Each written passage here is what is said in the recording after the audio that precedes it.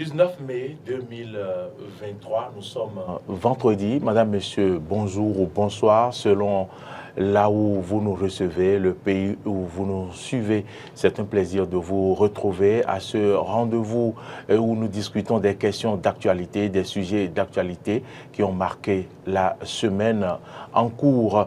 Sur ce plateau déjà, mes débatteurs sont installés, mais de quoi parlons-nous aujourd'hui? C'est bien du financement des partis politiques par l'État. Le parti Les Démocrates devrait-il refuser le pactole? C'est une interrogation à laquelle mes débatteurs vont répondre dans un instant, puisqu'il y a eu des polémiques après donc la remise des chèques aux partis politiques qui le méritent cette semaine. Autre sujet dont nous parlerons, contrôle des naissances, problème mal identifié selon Bertin Corvi. Problème mal identifié selon Bertin Corvi. C'est le deuxième sujet dont nous parlerons et puis mes débatteurs vont se prononcer sur la position adoptée ou l'analyse faite par Bertin Corvi. Pour parler de ces deux sujets, et j'ai mes invités sur ce plateau, nous allons observer une courte pause avant de vous les présenter.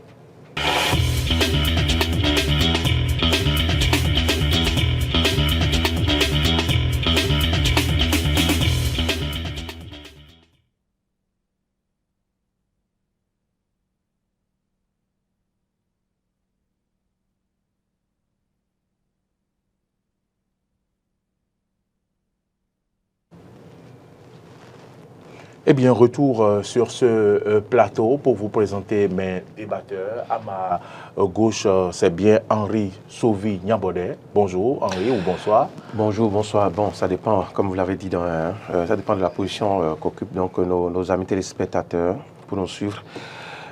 Bonsoir Maury, bonjour Mauril. Bonsoir Syriac, bonjour Syriac et bonjour à tous les téléspectateurs qui nous suivent et merci de prendre ce rendez-vous qui nous permet bien sûr de décortiquer l'actualité politique et socio-économique de notre pays, le Bénin. Je rappelle que vous êtes journaliste, analyste politique, rédacteur en chef de Tado FM. C'est bien ça. Merci d'avoir accepté notre invitation. C'est bon. À ma droite, il est bien connu comme vous, Nyambodé, c'est bien Syriac Dekenou. Bonjour, bonsoir. Bonjour, bonsoir Maury Agua, bonsoir mesdames et messieurs les téléspectateurs de Eden TV et merci pour cette opportunité que vous nous offrez d'analyser l'actualité politique nationale.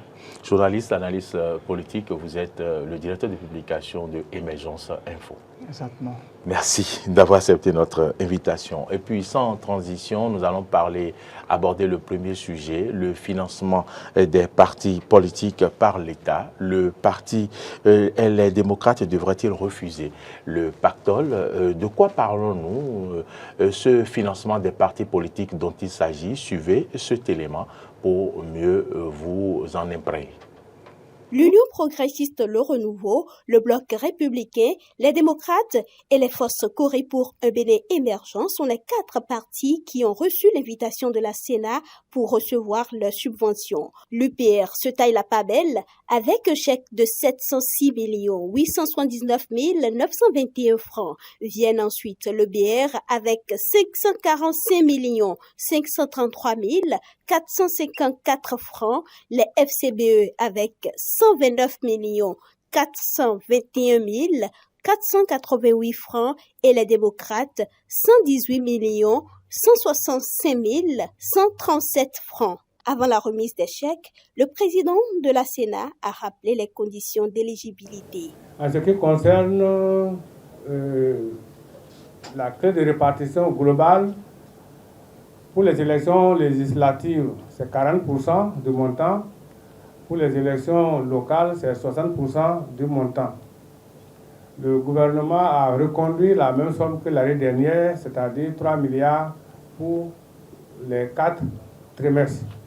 Donc, à raison de 750 millions par trimestre. Pour les élections communales, il n'y a pas de modification. Il n'y a que 3 partis qui ont des élus locaux, le FCBE, l'UP, le Renouveau et le Bloc républicain. Le parti Les Démocrates n'a pas d'élus aux élections locales. Pour les élections législatives, Donc le parti Les Démocrates intervient. Le parti FCBE n'a pas de député. Donc, en ce qui concerne la tranche dédiée aux élections législatives, les partis démocrates sont intervenus. Donc, on a tenu compte de ça dans les calculs. Selon l'article 5 de la loi portant financement public des partis politiques en République du Bénin, cette subvention est destinée à couvrir, entre autres, les charges liées au fonctionnement des partis, la promotion de leurs programmes politiques et leur participation aux consultations électorales. Retour donc dans ce studio pour parler de ce premier sujet. Vous le savez et vous lisez d'ailleurs l'intitulé à l'écran. Je vais donc démarrer par vous. Le financement des partis politiques, les chèques ont été donc attribués à ces partis-là. Et Syriac et Dekenou, déjà votre appréciation. Non, il faut d'abord rappeler à nos téléspectateurs que le financement des partis politiques fait désormais partie de la charte des partis politiques en République du Bénin et c'est renforcé par une loi sur le financement des partis politiques et qui voudrait à ce que si l'État souhaite former de grands ensembles des formations politiques qui couvrent l'ensemble du territoire national et non des formations politiques de quartier, des formations politiques de région ou de département, tel qu'on a pu l'observer dans un temps naguère, qu'il était vraiment important que l'État même puisse commencer par financer sur le budget national les diverses formations politiques qui réussissent à avoir d'élus au niveau du Parlement ou bien au niveau quand même, disons, local. C'est d'ailleurs l'une des raisons pour lesquelles, depuis bientôt 2019, l'État s'est engagé à financer les diverses formations politiques. Et pour éviter à ce que l'on puisse quand même, disons, dilapider les sous de l'État entre les mains de plusieurs formations politiques, il y a eu également aussi la question des 10% qui a été instituée, ce qui fait qu'il y a très peu de formations politiques aujourd'hui qui disposent quand même, disons, d'élus au niveau de nos communes ou bien au niveau de l'Assemblée nationale. Cette politique de l'État participe quand même, disons, à l'assainissement de la vie publique. Pourquoi ? Parce que les partis politiques au Bénin, depuis 1990, ont été toujours financés par des mains invisibles. C'est-à-dire, c'était quand même, disons, des poches ouvertes de corruption des gens qui finançaient ces partis politiques juste pour pouvoir atteindre un certain but et qui, en réalité, c'est-à-dire, bouleversaient tout l'environnement politique. Et c'est d'ailleurs l'une des raisons pour lesquelles des gens, une fois élus, sont obligés de corrompre, sont obligés parfois de nommer des personnes incompétentes à certains postes de responsabilité parce qu'on veut toujours quand même d'une certaine façon satisfaire la main invisible qui a contribué à ce que l'on puisse avoir les moyens d'être là où l'on est. Donc c'est pour assainir tout ça que l'État béninois a institué désormais le financement des partis politiques. Dans le cas espèce, il faut noter qu'il y a 4 formations politiques aujourd'hui qui désormais se partagent le financement public. C'est-à-dire, il y a la FCBE, il y a l'UPR, il y a le BR et il y a les démocrates. Ces 4 formations politiques ont pu bénéficier de ce financement tel qu'on vient tout à l'heure de l'observer sur la base du nombre d'élus qu'ils ont eu. C'est-à-dire, quand vous prenez le cas de la FCBE, ils ont des maires, ils ont des conseillers communaux. Donc, la tranche dédiée à ceux qui ont des élus communaux a été partagée entre le BR, l'UPR et la FCBE. Maintenant, la tranche dédiée à ceux qui ont des députés à l'Assemblée nationale a été partagée entre l'UPR, le BR et les démocrates. Donc, c'est dans ce sens-là que s'inscrit quand même, disons, cette rencontre avec la Sénat qui a distribué les chèques. Et je pense que c'est une évolution positive qui s'inscrit dans la droite ligne de cette réforme-là du système partisan à laquelle toutes les formations politiques au Bénin ont fini par adhérer, même si d'autres formations politiques ont tempêté dans un passé, ont connu quand même, disons, ont fait un peu de résistance. Aujourd'hui, toutes ces formations politiques ont adhéré à ça et je pense que l'État de droit n'a pas voulu exclure qui que ce soit parce que la loi, elle est là, elle est applicable pour tout le monde, elle est faite pour tout le monde, donc tout le monde en a bénéficié. Puisque j'ai, dit dans vos propos qu'il y a résistance lorsque ces réformes-là voudraient être opérées. Je me retourne vers vous, Henri Yabonnet. Si l'on s'appelle les démocrates et que résistance, l'on a eu à manifester lors de ces réformes-là, est-ce pour autant que lorsque l'heure sonne pour bénéficier du financement des partis politiques, l'on devrait s'abstenir, l'on devrait refuser le financement, puisque nous avons lu une chronique acerbe d'un confrère qui estime que c'est presque une honte que de recevoir ces financements quand on sait, et a même fait allusion à l'aspiration du peuple. Quelle est votre position quand vous avez lu cette chronique? Non, écoutez, Maurice Agoua, d'abord, il faut se poser la question de savoir, est-ce que la formation, les partis, les démocrates, est-ce que cette formation-là répond aux critères pour bénéficier de ce financement public? Si oui, alors là, pourquoi alors leur demander de refuser?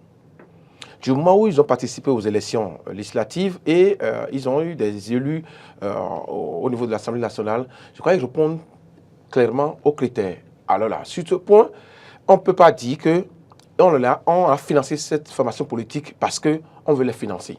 Et donc, par rapport à cette chronique, moi je pense que c'est trop dit de leur demander de ne pas prendre le pactole. Je crois que c'est leur droit de bénéficier de ce financement public puisqu'ils répondent carrément aux critères. De ma position, pour moi, les démocrates, la formation du parti des démocrates est à même de recevoir, comme les autres partis politiques, le pactole. Est-ce le gouvernement qui donne le pactole ou l'État? Ne doit-on pas faire cette différence, Syriac? Et en fait, vous savez, ne taillez pas trop d'importance à ceux qui parfois se la jouent aux pyromanes partisans sur les réseaux sociaux. Parce que ce que nous avons tous démonté, c'est-à-dire dénoncé en ce pays, c'est quand même, disons, cette opposition catégorique et totale à la gouvernance du président Patrice Talon et même aux réformes qui sont opérées. Et nous sommes allés jusqu'à faire comprendre à ceux qui, quand même, disons, étaient dans une position, c'est-à-dire d'opposition par rapport quand même au président Patrice Talon, que le mieux, c'est d'accepter aller au combat. Et lorsque vous gagnez maintenant, vous verrez maintenant comment faire pour réformer les choses, pour qu'elles soient quand même, disons, à votre goût. Donc aujourd'hui, on a critiqué une formation politique comme, d'ailleurs, c'est-à-dire l'opposition dans son ensemble, pour quand même, disons, cette opposition de rigidité vis-à-vis quand même, disons, des réformes opérées. Finalement, cette formation politique est rentrée dans les rangs. N'oublions pas que lors de l'élection présidentielle de 2021, les démocrates avaient refusé d'aller chercher les parrainages. Donc, avaient refusé d'aller négocier, alors que vous n'avez pas de députés. On a tous fustigé cette opposition, cette attitude de cette formation politique. Pour les élections législatives qui ont suivi, ils ont compris que la politique de la chaise vide n'arrange pas. Ils sont allés, et c'est nous-mêmes qui avions apprécié cette démarche-là. Maintenant, ils ont participé. Est-ce que c'est Patrice Talon qui est en train de donner de l'argent, de distribuer de l'argent, ou bien c'est l'État? C'est en ça que les gens ne font pas la différence. Est-ce à dire qu'aujourd'hui, par exemple, parce que peut-être, je suis peut-être, non, c'est que opposé à la gouvernance du président Patrice Talon et qu'il y a des réformes en cours en matière d'examen national, que lorsque j'y participe et que je réussissais, par exemple, on va dire oui, tu as dénoncé quelque chose et pourtant aujourd'hui tu es allé à l'examen, c'est ça? Non, en fait, faisons la part des choses. Il y a ceux qui aujourd'hui se la jouent aux activistes partisans et qui malheureusement s'y prennent maladroitement sur certaines questions politiques. Et il y a ceux qui devraient en principe objectivement se départir de toute considération politique pour analyser ce qui se fait. Déjà à partir de l'instant où une formation politique comme les démocrates a fait le choix de participer sur la base des lois que eux-mêmes ils avaient dénoncées aux dernières élections législatives, c'est que le problème ne se pose plus. Aujourd'hui, ils ont des élus au niveau de l'Assemblée nationale. Et l'argent qui est distribué à ces formations politiques, c'est l'argent du contribuable béninois. quand on dit que c'est 3 milliards qui a été partagé, ce n'est pas les sous de quelqu'un, non. Fut-il président de la République? Non. C'est l'argent du contribuable béninois. C'est l'argent que l'on prélève sur ce que nous mangeons, sur les taxes, les impôts, ce que nous payons à la SB2E, à la SONEB et autres. C'est nos sous qui ont été partagés à ces diverses formations politiques. Parce qu'on sait que chacun des Béninois, pris quand même, disons, individuellement, se retrouve proche d'une formation politique donnée. Même s'ils ne sont pas forcément des partisans, nous partageons d'une certaine façon, à des moments donnés, la vision d'une formation politique donnée. Donc, ce sont nos sous qui ont été distribués. J'aurais plutôt aimé que l'on nous dise, peut-être, que ceux qui aujourd'hui critiquent, nous disent peut-être que ces 3 milliards, peut-être, auraient pu peut-être servir à faire des réformes audacieuses pour améliorer peut-être la situation des AME, pour peut-être, disons, nous construire des centres de santé performants, pour peut-être, disons, recruter et autres. Donc là, bien sûr, le débat peut se faire. Mais revenir maintenant à dire pourquoi est-ce que telle personne a pris et autres, ce n'est pas parce que peut-être ça dit je ne m'entends pas avec, disons, mon père, qu'au fait de c'est que le jour de son décès, lorsqu'il s'agira de partage de son patrimoine, que je dirais non, de son vivant, je ne m'attendais pas avec lui. Non, c'est deux choses différentes. Donc, il faut que les gens, quand même, disons, fassent l'effort de faire la part des choses au lieu d'éviter de verser parfois, disons, dans certaines interprétations que moi, je considère parfois comme, disons, des balivernes. Balivernes, oui, vous avez quelque chose à compléter. Non, je dirais que avec ce financement et avec la part qui a été octroyée donc, au Parti des démocrates, je dirais que maintenant, la formation, les responsables du Parti des démocrates ont compris que les réformes entreprises, toutes les réformes entreprises par Talon ne sont pas de vaines réformes, et qu'il y a des réformes donc, qui concourent au bien-être également. Parce que quand on parle de financement, forcément, donc, il y a aussi formation au civisme, formation au fonctionnement de la formation politique. Donc, il y a des réformes qui sont, oui, critiquées hier, mais qu'on devait normalement, de sa position, analyser pour voir est-ce que c'est de bonnes réformes. Parce que c'est vrai, comme l'a dit le président Patrice Talon une fois, toutes les réformes en entreprise ne feront pas plaisir à tout le monde. Mais il faut attendre pour voir 2 ans, 3 ans après, est-ce que cette réforme-là, eh bien, contribue donc au développement, vraiment au développement de la nation. Donc c'est pour dire tout simplement que on peut, avec ce financement, que les partis, les démocrates ont compris, le Parti des démocrates a compris vraiment que, eh bien, il y a certaines réformes du président Patrice Talon qui n'étaient pas donc de réformes chrysogènes, comme ils ont dit, réformes à balai de revers de main. Donc pour moi, eh bien, il faut déjà saluer ce bon sens-là de la formation, des responsables de la formation des démocrates qui sont allés chercher le chèque.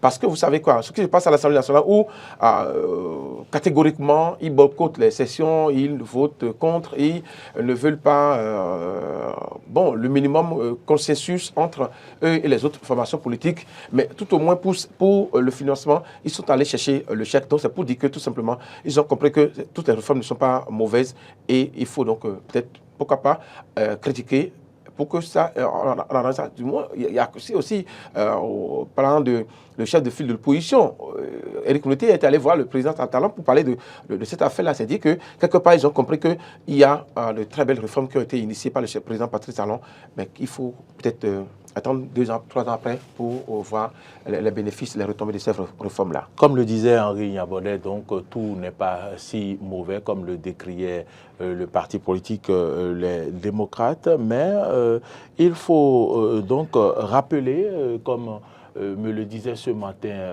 un confrère, notamment Laurent Roland-Tonné-Ikes, qu'il faut rendre compte des dépenses effectuées par l'argent reçu, par le financement reçu.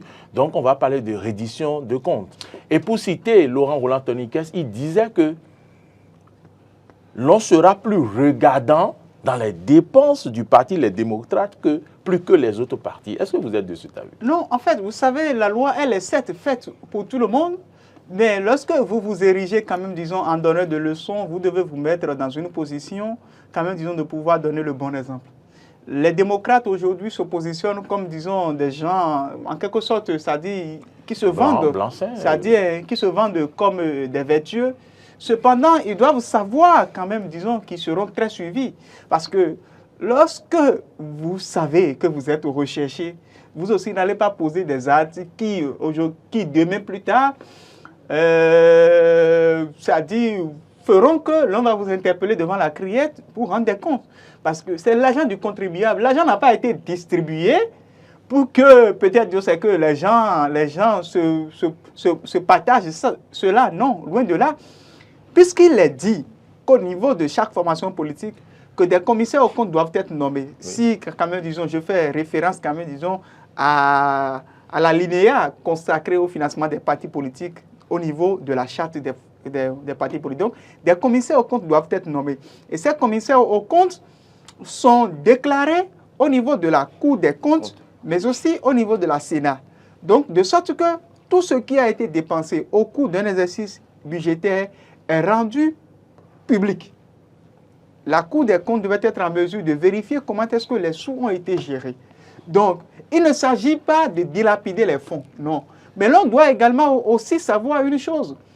La vie politique est une vie qui nécessite vraiment beaucoup d'argent. Lorsque la Cour des comptes a sorti récemment les points de chaque formation politique, on a pu remarquer qu'une formation politique comme les démocrates, bien n'ayant pas forcément beaucoup de moyens, ait pu dépenser plus d'1 milliard pour avoir ce nombre de députés au niveau de l'Assemblée nationale. L'UPR et le BR également aussi se sont retrouvés en des milliards. Eux autres, peut-être que leur cas, ça peut se comprendre.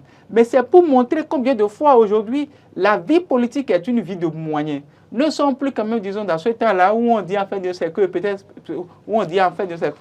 peut-être dans une démocratie populaire ou bien au niveau de Tokolebe, où on dit en fait, c'est qui? Et puis bon, on lève la main, on dit non, c'est telle personne, vous êtes pour lui, et puis on prend l'intéressé, on le fait monter sur une table, non, ça, on dit oui, c'est non, la révolution.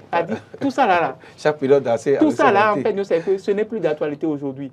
Et les formations politiques, pourquoi est-ce que l'État les finance pour ça? L'État les finance pour ça, pour que ces sous puissent effectivement servir à la formation militante. Pour que ces sous puissent également aussi servir à l'animation de la vie de ces diverses formations politiques. Donc, tout ce que ces formations politiques utilisent doivent être justifiés. Il en est de même au niveau de l'UPR, il en est de même au niveau du BR, qui étant quand même, disons, les formations politiques les mieux financées aujourd'hui en République du Bénin, font l'effort au niveau de leurs finances de gérer les choses aussi sainement. Donc, les démocrates doivent savoir que les yeux sont rivés sur eux et qu'ils doivent faire très attention parce qu'on peut vous nuire avec le peu que l'on vous remet et demain, vous n'existerez plus. Quel est votre avis sur la question? Pourquoi on va arriver donc les yeux sur la formation des démocrates? Parce qu'ils sont aujourd'hui de l'opposition radicale. Il y a la FCB qui est là, mais qui, bon, anime également la vie politique. Quand on prend donc le financement, il y a des lignes qui ont été bien tracées. Il y a le fonctionnement de votre parti politique, il y a animation de la vie politique, il y a participation aux consultations électorales, formation de leurs militants, comme il a dit, et l'éducation civique et politique de leurs membres et des citoyens. Et donc, si ces lignes sont définies, bien définies, je ne pense pas qu'il y aura de problème. Parce que les partis, les démocrates, sauront que nous aurons à travailler sur un certain nombre de lignes. C'est vrai qu'ils sont de l'opposition radicale, mais bon, avec ce que dit Syriac, on peut comprendre. On peut comprendre parce que quand vous affichez comme quelqu'un qui est vertueux, il faut montrer le bon exemple. Oui, le bel exemple, oui, ici, est que le Parti des démocrates fasse tout possible pour que le montant reçu soit effectivement utilisé comme indiqué. Bon, mais il y a aussi qu'ils doivent rendre compte le 30 avril. Donc, forcément, il y a que... ils vont agir. Puisque eux aussi, ils savent qu'ils sont de l'opposition radicale, ils doivent normalement agir comme cela se doit pour ne pas tomber dans le panneau. Pour ne pas tomber dans le panneau. Donc, vous êtes d'accord qu'ils seront suivis à la loupe? Non, je ne vois pas de cette manière-là. Et ça pourrait être préjudiciable pour eux pour 2026? Non, je ne vois pas de cette manière-là. Moi, je vois peut-être qu'ils vont faire tout possible pour montrer qu'ils sont vertueux et que le financement qui leur a été accordé sera utilisé. Et donc, n'ont pas quelqu'un, l'État comme gendarme derrière avant de faire ce qui doit être fait. Et donc, je ne vois pas un acharnement, non, pas du tout. Mais je vois peut-être que de leur position aussi, ils devront agir en responsable pour montrer qu'ils ont reçu un financement public et qu'ils doivent l'utiliser à bon escient. Est-ce que la gestion de ces financements ne présagerait pas de meilleurs lendemains pour eux en 2026? Non, vous savez, je pense qu'un parti politique vit de plusieurs sources de financement. Il y a les cotisations, il y a les legs, il y a également aussi le financement public qui est venu s'ajouter. Il y a également aussi les crédits que certaines formations politiques peuvent contracter auprès des banques parce qu'aujourd'hui, la loi, en donnant un nouveau statut aux diverses formations politiques, permet aux formations politiques de se rapprocher des banques pour quand même, disons, contracter des prêts, histoire de financer quand même, disons, aussi ça. Cependant, vous savez, il faut être vraiment, disons, éveillé. Rien que pour une question de mauvaise gestion, le responsable du parti Les Démocrates peut se faire interpeller. On sait très bien que quand même, disons, leur compte de gestion peut être refusé par la Cour des comptes. Et là-dessus, on pourrait aussi rentrer dans dans des imbroglios juridiques. Et au point où, en 2026, vous pourrez voir quelqu'un qui peut-être, disons, c'est que serait peut-être en bonne posture pour être candidat en 2026 au niveau de l'aide démocrate, ne pas pouvoir être candidat. Donc, tout est possible. Nous sommes en politique, donc il faut toujours voir au-delà, quand même, disons, de ce qui se passe. Et c'est d'ailleurs l'une des raisons pour lesquelles ceux qui, en réalité, disent, mais pas pour autant, disons, dans une position un peu, disons, si critique, c'est-à-dire comme certains, qu'ils doivent faire très attention, ont parfaitement raison. Parce que on peut vous remettre 5 francs et ces 5 francs peuvent devenir demain, c'est-à-dire la source de tous vos problèmes. Donc, en politique, j'en viens en politique où tout est possible. Maintenant, tel que je l'ai dit, la loi, elle est faite pour tout le monde. Ce que nous autres, nous souhaitons, c'est qu'on n'en arrive pas là. Mais il faut toujours prévenir. Parce que la loi, elle est faite pour tout le monde. Elle est faite pour ceux de l'UPR, elle est faite pour ceux, quand même, disons, de la FCBE, elle est faite pour ceux du BR, ainsi qu'elle est faite pour ceux des démocrates. Donc, la même rigueur ou bien la même rigidité, je ne parlerai pas de souplesse, que l'on pourrait mettre dans le contrôle de ces financements mis à disposition de ces diverses formations politiques, qu'elles soient quand même, disons, équitables et la même partout. Qu'elle ne souffre pas quand même, disons, d'une certaine souplesse à certains endroits et qu'à d'autres endroits, que cela souffle quand même, disons, c'est-à-dire d'une rigidité. Parce que la FCBE aujourd'hui existe et continue quand même, disons, ou bien quand même, les premiers responsables de la FCBE continuent encore d'animer plus ou moins la vie politique à cause de ce financement-là. Et certainement que, même s'ils ne sont que 10, ils resteront là jusqu'en 2026. Et peut-être nous présenterons un candidat. Et après, s'ils ne sont plus éligibles pour bénéficier de ce financement-là, on verra encore si elle existera encore toujours.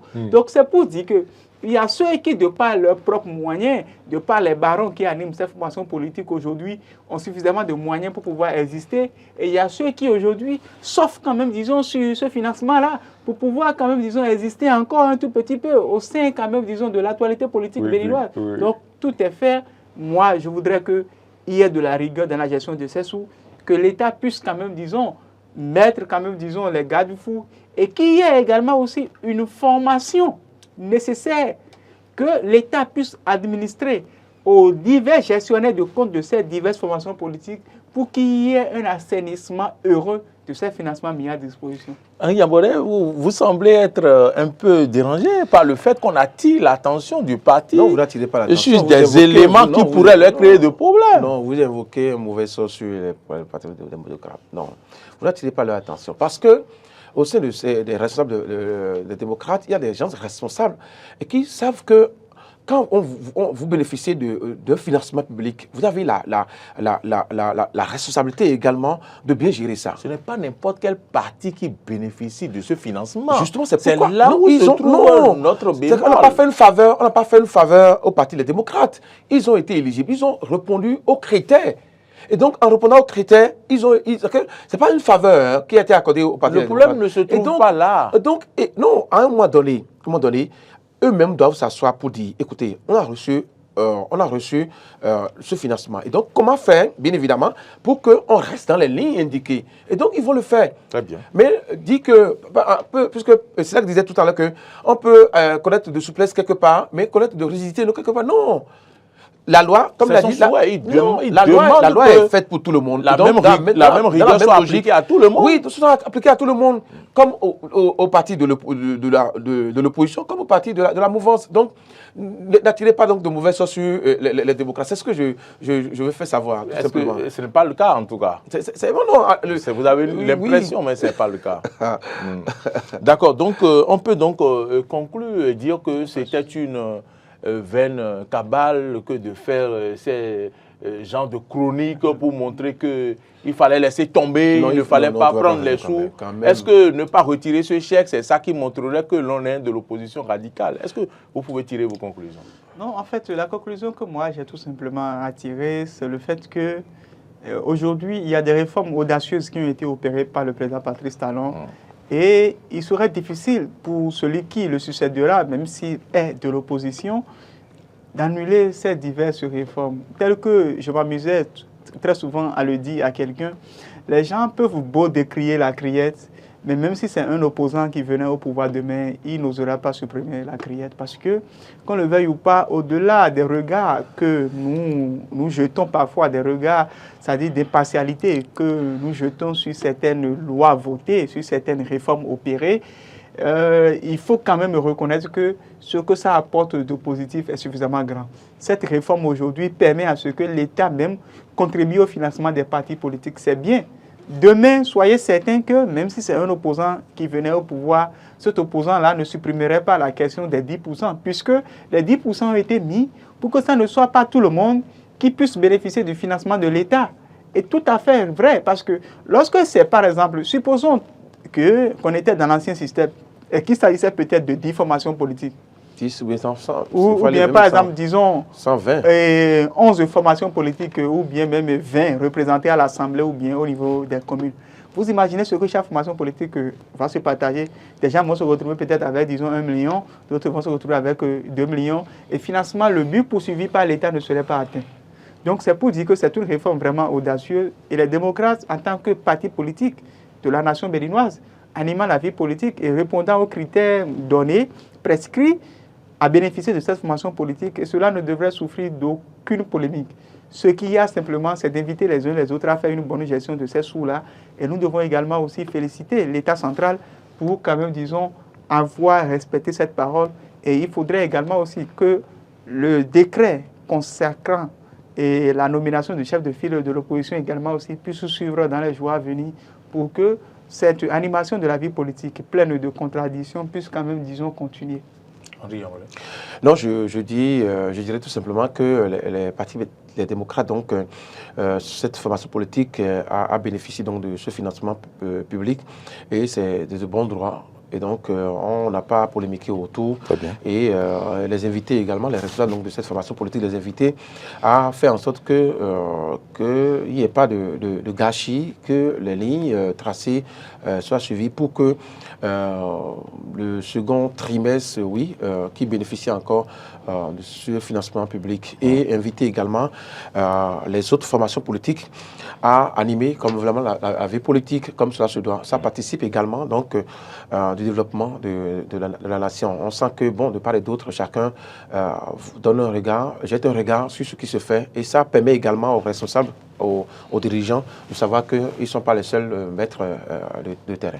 Deuxième sujet de ce débat, de ce forum des rédactions, bien sûr, nous allons l'aborder, contrôle des naissances, problème mal identifié selon Bertin Korovi. Vous n'êtes pas sans savoir que le gouvernement prépare des assises sur le contrôle des naissances et donc Bertin Korovi jette un pavé dans la mare et lui, en tant qu'économiste, en tant qu'économiste fondamental et acteur politique de la mouvance, il donc déclare dans une tribune et il a pris le contre-pied du chef de l'État béninois, Patrice Talon, et estime qu'il faut impérativement contrôler les naissances en Afrique. Il estime que, selon les dits du chef de l'État, qu'il faut impérativement contrôler les naissances en Afrique et qu'il n'est pas forcément, qu'il n'épouse pas forcément cette vision que les problèmes se trouvent ailleurs. Vous avez certainement lu sa déclaration, Siyak Deken. Et la déclaration de Bertin Korovi fait suite quand même, disons, à la sortie du porte-parole du gouvernement, M. le frère Léandre Mbedi, qui, quand même, disons, a éclairé la lanterne des Béninois sur la question du contrôle des naissances en disant qu'il ne s'agit pas pour le Bénin de contrôler les naissances ou bien, quand même, disons, de limiter les naissances, mais qu'il s'agit à ce que l'on puisse, quand même, disons, réfléchir ensemble, tous les acteurs, qu'il y ait une assise nationale pour que l'on puisse réfléchir par rapport aux mécanismes que l'on pourrait mettre en place pour supporter au mieux les divers types de naissances afin de contribuer au développement. Ce qui est sûr, il faut comprendre que l'intervention de Patrice Talon sur LCI, et il disait que... En mars, quand même, disons, sur LCI, Patrice Talon, si je devrais le paraphraser, faisait quand même, disons, ressortir la nécessité de contrôler les naissances en Afrique. Parce que pour lui, quels que soient les types de réformes que vous voulez quand même, disons, mettre en place, avec disons, des naissances non contrôlées, il serait difficile. Et à quoi Patrice Talon fait allusion? Vous savez qu'aujourd'hui, le gouvernement du président Patrice Talon, déjà depuis 2017, est en train d'œuvrer pour mettre en place un mécanisme d'assurance maladie universelle, comme nous l'avons dans certains pays européens, où, en fait, lorsque vous êtes malade, vous allez à l'hôpital, vous ne payez absolument rien. Donc, c'est des systèmes de cotisation et d'assurance et qui font que, quel que soit le type de maladie dont vous souffrez, vous ne pourrez pas aller à l'hôpital et payer quelque chose en Europe si vous êtes, par exemple, je donne un exemple comme ça, citoyen français, ou bien si vous avez tout au moins la carte de séjour en France, vous ne pourrez pas. Donc, quel que soit ce type de mécanisme que l'on voudrait mettre ici en application, il est difficile parce que vous ne pourrez pas faire de l'assurance à toute une population si du jour au lendemain, ça dit quelqu'un dans un ménage donné, un seul individu peut donner naissance à 14 enfants, d'autres sont pères de 50 enfants, ça dit une seule femme peut donner 12 enfants et autres. Donc, en quelque sorte, c'est l'esprit dans lequel ces déclarations du président Patrice Talon se situaient. Maintenant, ça datait du mois de mars. L'assise nationale a été annoncée. Donc, les gens ont lu déjà, à travers, quand même, disons, l'annonce de cette assise nationale, connaissant la méthode du président Patrice Talon, qui est surtout dans une méthode vraiment libérale, donc de contrôle et de limitation, que certainement qu'on en arriverait à une politique, je dis, c'est l'interprétation que les gens donnent, que certainement que l'on en arriverait à une politique visant peut-être à dire non, au Bénin, vous ne devrez plus avoir plus que tel nombre d'enfants. Je ne pense pas que cela soit forcément le cas. Maintenant, la politique du gouvernement pourrait être peut-être une politique visant à dire ceci, oui, nous assurons dans chaque ménage 2 enfants. Donc, de sorte que si vous faites plus que ça, et si un jour, tel enfant tombe malade, il y aurait des problèmes, c'est-à-dire ce ne serait pas à l'État de prendre en charge. Peut-être que c'est ce à quoi on en arriverait. Maintenant, il faut comprendre aussi Bertin Korovi. Puisque pour Bertin Korovi, en tant qu'économiste fondamentaliste tel qu'il se définit, c'est-à-dire le problème que nous avons en Afrique, notamment au Bénin, n'est pas un problème lié aux naissances, mais c'est plutôt un problème quand même, disons, lié au type de formation que l'on donne. Parce que pour lui, si aujourd'hui nous souffrons des problèmes de pauvreté et autres, c'est parce que nous allons à l'école jusqu'à classe de terminale, nous avons le bac, mais sans pour autant avoir une formation qui nous prédispose à être des créateurs de richesse. C'est son opinion à lui, ça. Et il va un peu plus loin. Lorsqu'il parle de certains pays en disant qu'il y a certains pays maintenant qui disposent déjà d'un marché intérieur, ça dit l'âge. Et c'est vrai. Tout ce que vous produisez au Nigeria, vous allez voir, ce n'est pas pour rien que si vous prenez le classement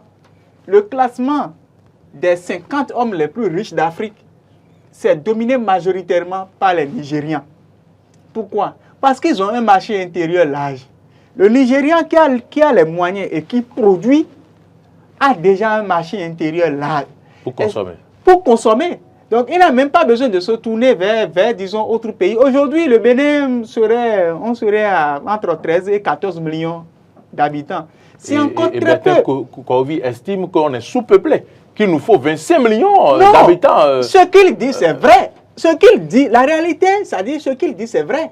Le Bénin est sous-peuplé. On ne peut même pas, d'ailleurs, encourager une politique visant aujourd'hui à dire non, à partir de tel instant, dans chaque ménage, qu'il ne faut pas avoir plus que tel nombre d'enfants. Non, jamais. Et je ne crois pas que ce soit la volonté du gouvernement, parce que ceux qui entretiennent l'amalgame, c'est des gens qui ne comprennent pas encore ce que veut proposer l'État. L'État n'a jamais dit qu'il faut, à partir de tel instant, que dans tel ménage, il ne faut plus avoir tel nombre d'enfants. Voilà. L'État n'a jamais dit ça. Donc, c'est-à-dire, c'est de l'amalgame, c'est de l'intoxication. Il ne faut pas faire croire à nos populations que oui, à partir de tel instant, Patrice Talon vient interdire tel nombre d'enfants. Non. Le gouvernement n'a jamais dit ça. Non. Donc, même la déclaration de Bertin Kouaovi, je prends ça peut-être comme, disons, une orientation donnée.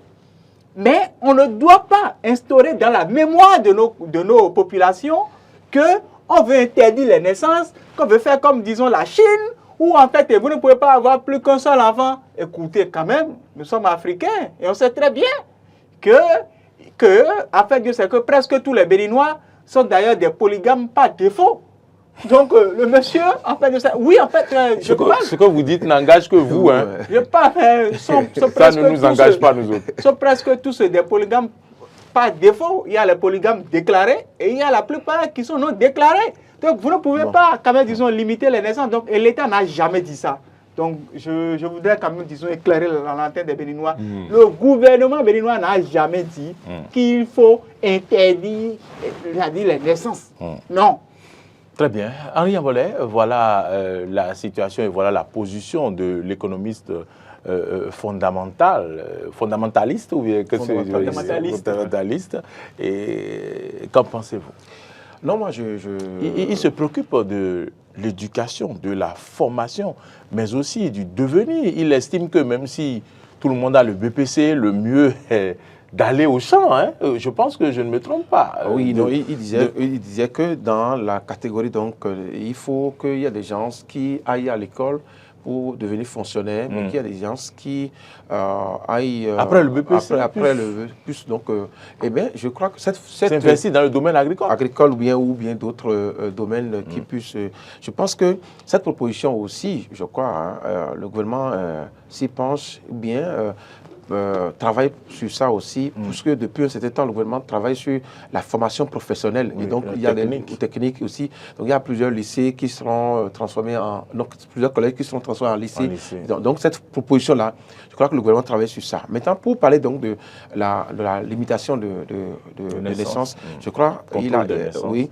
C'est là qu'a bien fait de rappeler donc l'esprit de ce que disaient donc ces assises-là qui sont annoncées pour bientôt. Parce que même Wilfried a rappelé qu'il s'agit donc de la procréation responsable. C'est vrai que aujourd'hui... Il y a des procréations irresponsables. Bien sûr. Oui. Quand vous vous retrouvez avec 10 femmes et que vous avez 20 enfants et que vous n'arrivez qu'à supporter, vous n'arrivez à supporter que 3, c'est une procréation irresponsable. Mais... Oui, bon, entre-temps, ce n'est pas la même chose. Aujourd'hui, il y a des contingences qui nous conduisent... Un vieux à 109 enfants... oui, mais ce n'est pas la même chose. Avec 109 enfants tout côté. Oui, vous, Maurice, il a pu Il a pu s'en prendre ça. Vous voulez qu'on en parle? Non, pas vous voulez qu'on en parle? Pas du tout. Je vous laisse continuer. Il y a des noms, Je vous laisse il y a des noms continuer. dits dans cette affaire-là. Des noms dits dans cette affaire-là parce que quand vous voulez limiter donc votre petite famille à 2 enfants, 3 enfants, 4 enfants, vous savez que je suis responsable de ce que je peux faire. Quand j'ai mon salaire et que mon salaire peut couvrir 2 enfants, 4 enfants, et c'est ce que je dois faire. Donc c'est ça, procuration responsable, mais pas demander à un Béninois de limiter parce que le Béninois va jamais le faire. Va jamais donc accepter. D'abord, dans la tête du Béninois lambda, la meilleure richesse c'est l'enfant. Et c'est dans la culture africaine. Oui, c'est dans la Que de richesse que d'hommes. Oui, c'est dans la quantité qu'on retrouve la qualité. Donc en faisant beaucoup d'enfants qu'on retrouve. C'est pas. C'est dans la quantité qui est la qualité. qu'on retrouve la qualité. Non, on ne peut pas. Les gens même pas allés me dire. J'ai fait le débat avec quelqu'un qui m'a dit est-ce que c'est parce que le chef de l'État lui-même a 2 enfants que.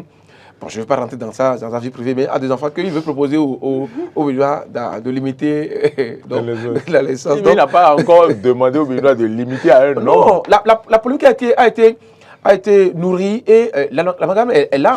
Chacun y va de son interprétation. La sortie même de Bete Korovi.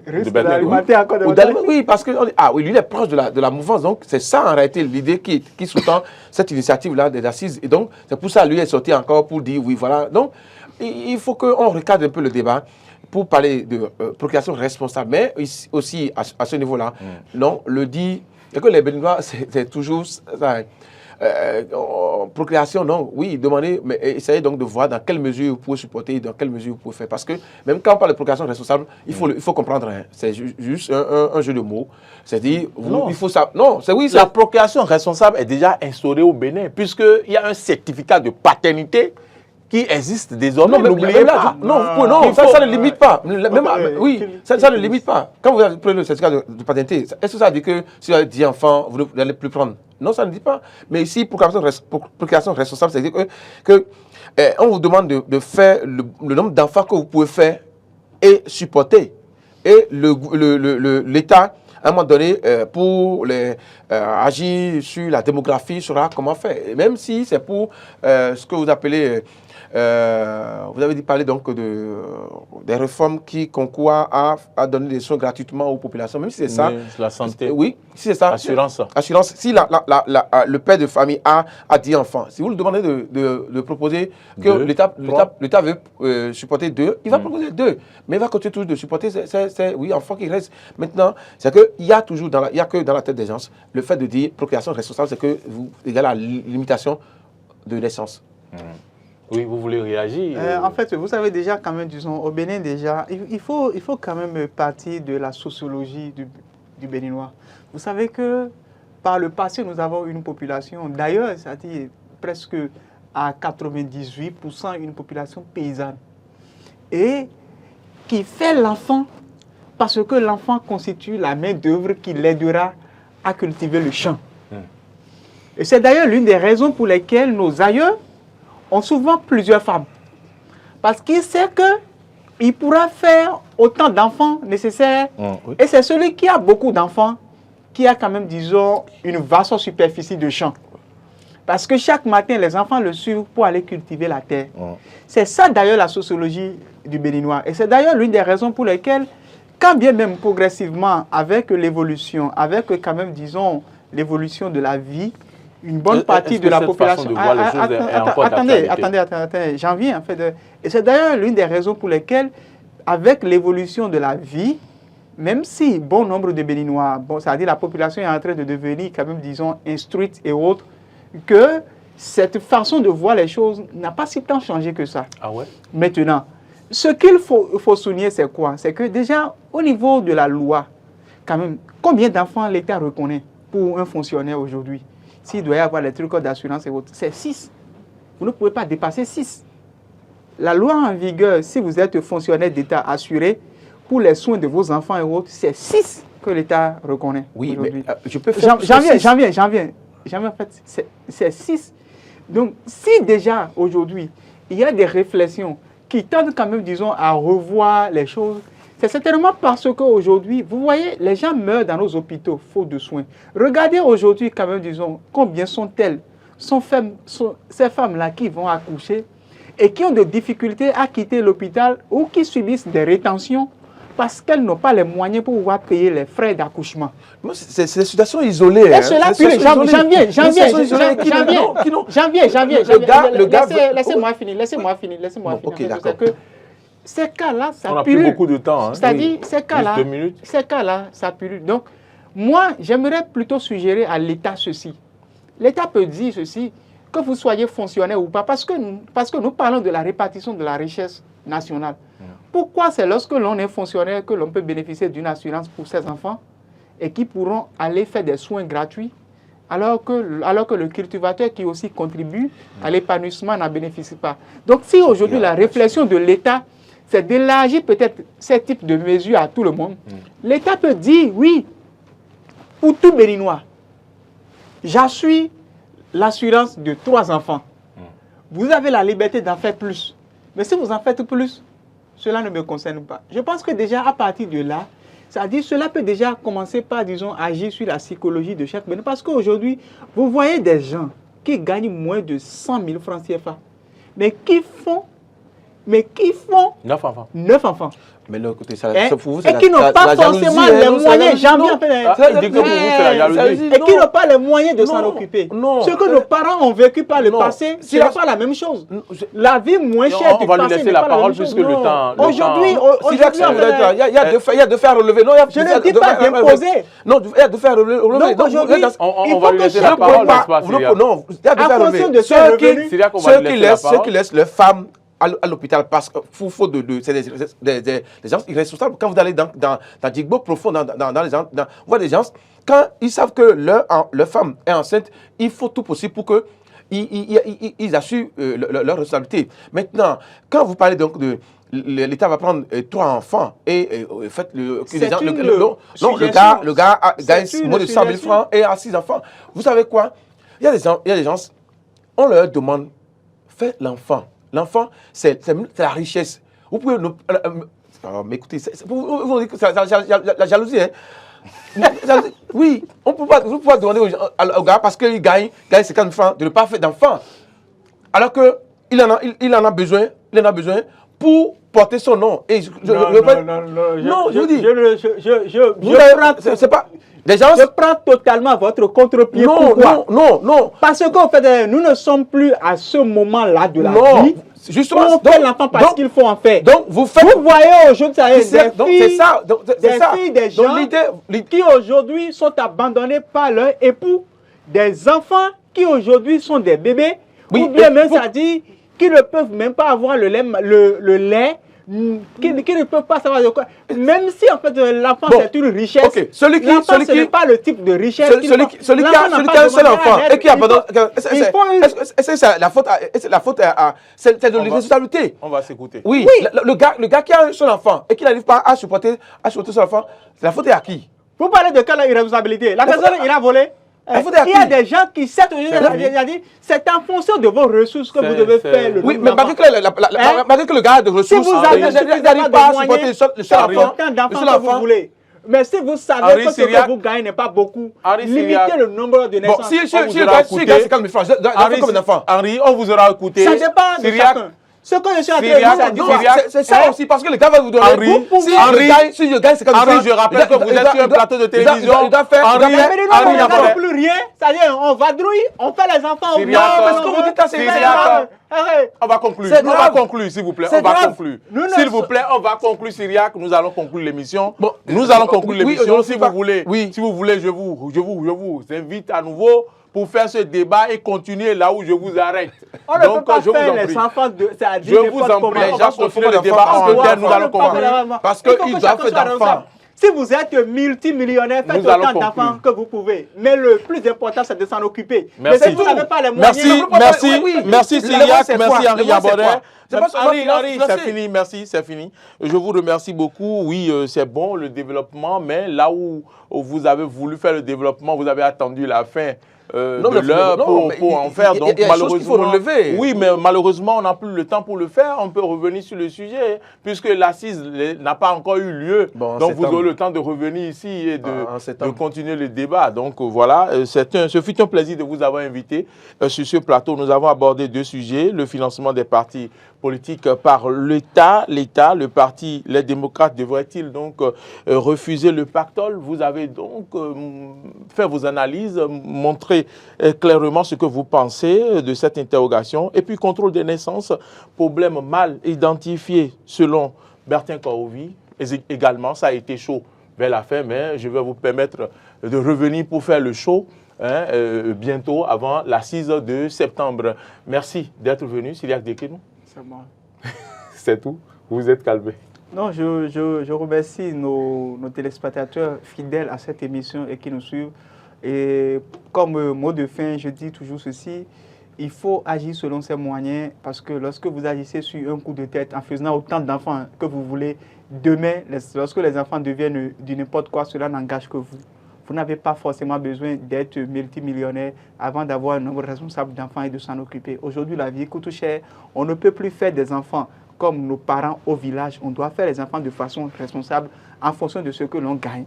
Merci beaucoup. Vous êtes journaliste, analyste politique. Vous êtes le directeur de publication de Émergence Info. Henri Aboré. Non, en 2 secondes. Oui, en 2 secondes, je dirais tout simplement que parler donc de procréation responsable, c'est pour les gens, c'est synonyme de limitation de naissance. Mais que quand vous avez les moyens donc de supporter des enfants, le nombre que vous voulez, il faut le faire. Il faut le faire parce que c'est dans la quantité qu'on retrouve la qualité, je le précise. Et ça, le Béninois le sait. C'est la richesse, les enfants, messieurs, constituent donc la richesse de Béninois. Et les gens le savent. Et donc, cette affaire de limitation, comme l'a dit, non, je peux gagner 50 000 francs et faire 10 enfants. Je sais ce que je peux faire avec mes enfants. Et donc, ne limitez pas les gens. L'assise de septembre viendra donc casser vos arguments de quantité dans laquelle se trouve la qualité. Merci à vous, merci pour votre fidélité, merci de nous avoir suivis et likez l'émission, partagez. Et c'était donc nous sur ce plateau. Et bon week-end à toutes et à tous et à très bientôt.